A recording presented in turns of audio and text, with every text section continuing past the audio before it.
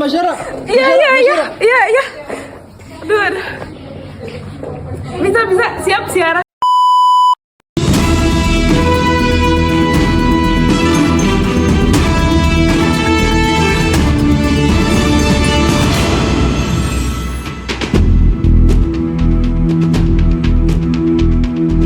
Selamat datang pemirsa, kembali lagi dengan saya Sherla Anggana dalam acara Talk Show PLTV di Studio K8, membahas mengenai isu tata kota dengan aktual dan faktual. Talk show kali ini bersama dengan Bapak Julio sebagai ahli sejarah dan Ibu Debbie sebagai ahli tata kota.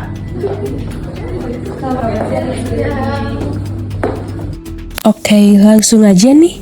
Boleh dijelasin, Ibu Debbie, bagaimana teori pembentukan kota? Oke, makasih Mbak Sherla atas pertanyaannya. Jadi sebenarnya teori pembentukan kota itu secara formal ada 4. Yang pertama ada Baker Production atau kondisi tanpa kota. Nah, teori ini tuh harus memenuhi 3 asumsi. Yang pertama ada equal productivity, yang kedua ada constant return to scale in exchange, dan ada constant return to scale in production. Lalu, 3 asumsi ini tuh menyatakan bahwa masyarakat itu produktivitasnya sama, terus juga biaya per unit tarannya itu tetap, dan juga setiap pekerja mempunyai kemampuan yang setara. Nah, kalau asumsi ini udah dipenuhi semua, otomatis masyarakat akan memproduksi sendiri kebutuhan dan barangnya. Nah, akibatnya kondisi tanpa kota ini terjadi. Namun dalam kenyataannya sehari-hari, asumsi ini tidak mungkin terjadi tentunya. Contohnya, asumsi yang pertama, equal productivity, yaitu produktivitas semua masyarakat sama. Faktanya, produktivitas masyarakat itu kan beda-beda ya Mbak Sherla ya. Sebaliknya, malah masyarakat itu melakukan spesialisasi untuk memproduksi barangnya.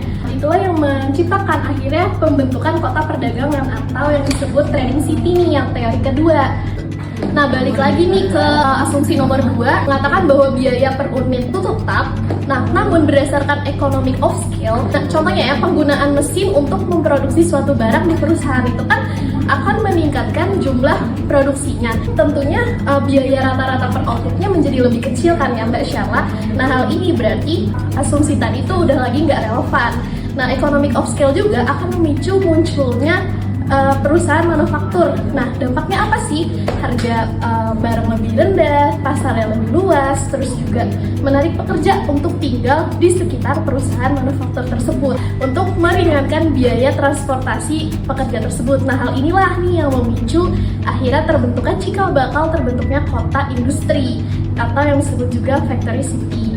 Nah, yang terakhir ada innovation city, Mbak Sherla, atau kota inovasi. Konsep awalnya tuh dikemukakan oleh Alfred Marshall awalnya yang menyatakan bahwa kota itu merupakan bentuk aglomerasi. Aglomerasi sendiri ini kan salah satu keuntungannya ialah knowledge spillovers atau kondisi di mana pekerja itu bisa saling bertukar ide, gagasan, dan juga pendapat, yang mana ide, gagasan, dan pendapat ini bisa lebih efektif kalau pekerjanya itu lebih banyak. Oleh karena itu terbentuknya innovation cities ini, Mbak Sherla. Itu adalah pemusatan orang yang saling bertukar pengetahuan. Nah, biasanya innovation cities ini bentuk perusahaannya udah perusahaan modern gitu sih Mbak Sherla. Jadi totalnya ada 4 teori pembentukan kota. Wah, menarik banget ya mengenai teori pembentukan kota. Nah, bagaimana mengenai sejarahnya ya Bapak Julio? Jadi Mbak Sherla, sejak awal mula peradaban manusia itu cuma satu hal yang konsisten, yaitu pembentukan kota. Nah, sebenarnya apa sih yang memicu perubahan dari permukiman kecil ke suatu kota? Yang pertama, adanya transformasi manusia dari kebutuhan untuk berburu meramu menjadi bertani.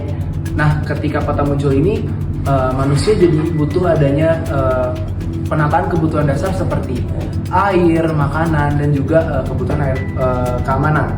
Lalu yang kedua ada revolusi industri, di mana mesin uap buatan James Watt ini memicu terjadinya revolusi industri dan munculnya pabrik-pabrik yang ada di sekitar pemukiman, dan hasilnya adalah polusi, dan ada pemukiman kumuh, dan kurangnya fasilitas perkotaan.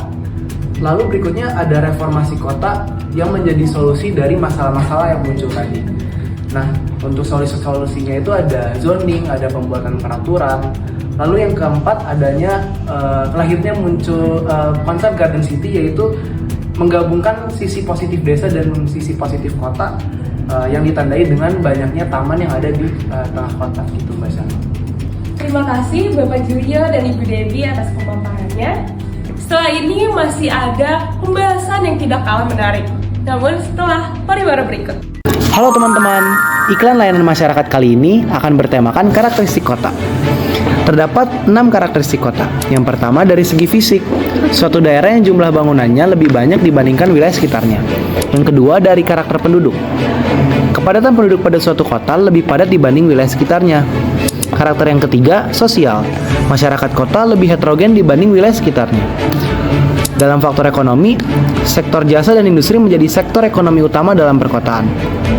Yang kelima ada administrasi. Batas administrasi perkotaan ditentukan oleh pemerintah. Lalu karakteristik yang terakhir, statistik.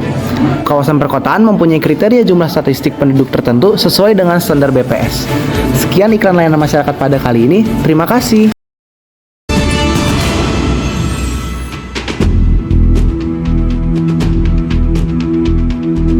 Selamat datang kembali pemirsa. Masih dengan saya Syarla Anggana dalam acara Liputan PLTV di Studio K8. Saat ini kami bersama rekan-rekan kami yaitu Feby di Tangerang. Feby, jadi bagaimana perbedaan kota dan desa? Mbak Oner, Mbak. Apa nih? Terima kasih Syarla di studio. Saya Feby melaporkan dari Tangerang mengenai perbedaan kota dan desa. Perbedaan signifikan dari kota dan desa dapat dilihat dari penduduk, aktivitas ekonomi, hingga infrastruktur. Kota memiliki jumlah yang padat dengan masyarakat heterogen modern. Aktivitas ekonomi di kota juga didominasi dengan non-pertanian. Hal tersebut ditunjukkan dari padatnya bangunan dengan sarana dan prasarana relatif lengkap. Sedangkan desa memiliki jumlah penduduk yang tidak terlalu padat dengan masyarakat tradisional. Aktivitas ekonomi di desa juga umumnya pertanian sehingga jarang adanya bangunan. Namun sayangnya, sarana dan prasarana dimiliki desa lebih terbatas dengan akses terlampau sulit. Baik, terima kasih Feby atas penjelasannya. Lalu bagaimana dengan jenis-jenis kota ya Feby? Kembali dengan Feby dari Tangerang. Saya selanjutnya akan menjelaskan mengenai jenis kota. Dimulai dari jumlah penduduk terendah hingga tertinggi. Kota dapat dibagi menjadi 5 jenis. Yang pertama, kota kecil. Memiliki jumlah penduduk sebanyak 50 hingga 100 ribu jiwa. Contohnya kota Sawalunto. Yang kedua, kota sedang. Memiliki jumlah penduduk sebanyak 100 hingga 500 ribu jiwa. Contohnya kota Magelang. Yang ketiga, kota besar. Memiliki jumlah penduduk sebanyak 500 ribu hingga 1 juta jiwa. Contohnya kota Bogor. Yang keempat, kota metropolitan memiliki jumlah penduduk sebanyak 1 hingga 5 juta jiwa. Contohnya adalah kota Bandung. Dan yang kelima terakhir adalah kota megapolitan yang merupakan lintas kota berpenduduk dengan jumlah penduduk lebih dari 5 juta jiwa. Contohnya adalah Jabodetabek.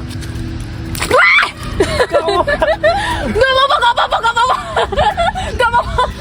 Kembali dengan channel di studio. Sepertinya terdapat kendala teknis dengan rekan kami di Tangerang. Selanjutnya kami akan bertanya kepada rekan kami di Kabupaten Bogor, yaitu Raka, yang akan menjelaskan mengenai pola keruangan kota. Raka, jadi bagaimana untuk pola keruangan kota ya? Baik, Syarla, apakah sudah terdengar? Iya, Raka, terdengar. Saya Raka melaporkan dari Kabupaten Bogor. Di sini, saya akan melaporkan mengenai pola keruangan sebuah kota. Jadi, sebagai sebuah wilayah, pola keruangan sebuah kota dapat berkembang menyesuaikan dari karakteristik kota itu sendiri. Nah, untuk pola perkembangannya, terdapat 3 teori utama. Di antaranya ada satu, yaitu teori konsentris yang dikemukakan oleh Burgess. Nah, jadi teori ini membagi kota menjadi beberapa zona-zona berbentuk lingkaran dengan inti kota sebagai pusatnya. Kemudian yang kedua ada teori sektoral yang dikemukakan oleh White. Jadi teori ini menyatakan bahwa perkembangan kota ini bukan berdasarkan zona-zona berbentuk lingkaran, tetapi lebih didasarkan oleh pertumbuhan sektor-sektor. Sektor-sektor tersebut tuh berhubungan dengan kondisi geografi dan morfologi suatu kota. Sebagai contoh, kota pada daerah datar itu dapat membuat jaringan jalan yang lebih murah sehingga bisa membangun sektor perindustrian yang lebih memanjang bentuknya. Kemudian yang terakhir ada teori inti ganda yang dikemukakan oleh Harris dan Ullman. Teori ini mengatakan bahwa inti atau pusat kota itu dapat lebih dari satu dan bisa tumbuh secara terus-menerus menyesuaikan dari kebutuhan kota itu sendiri.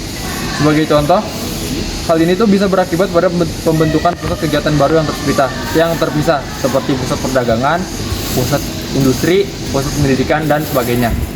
Cukup dari saya, kembali pada Syarla di studio.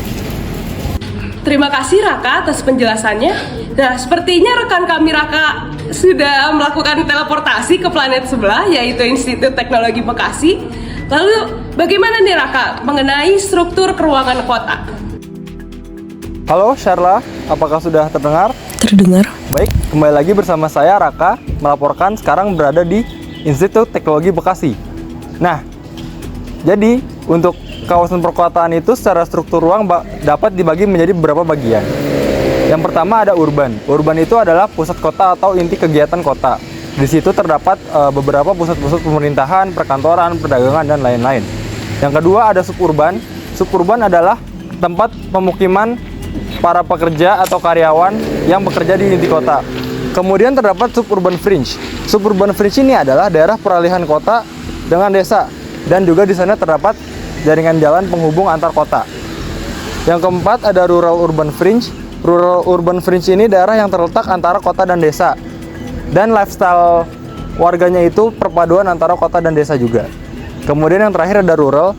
Rural adalah daerah pedesaan yang di sekitar kota. Umumnya daerah rural ini ada di daerah kabupaten. Sekian dari saya, kembali pada Syarla. Terima kasih Raka atas penjelasannya. Berikut tadi merupakan pemaparan mengenai struktur keruangan kota yang menjadi pembahasan terakhir di liputan kali ini. Jangan lewatkan acara lainnya dari PLTV. Saya Syarla Anggana, pamit undur diri, sampai jumpa.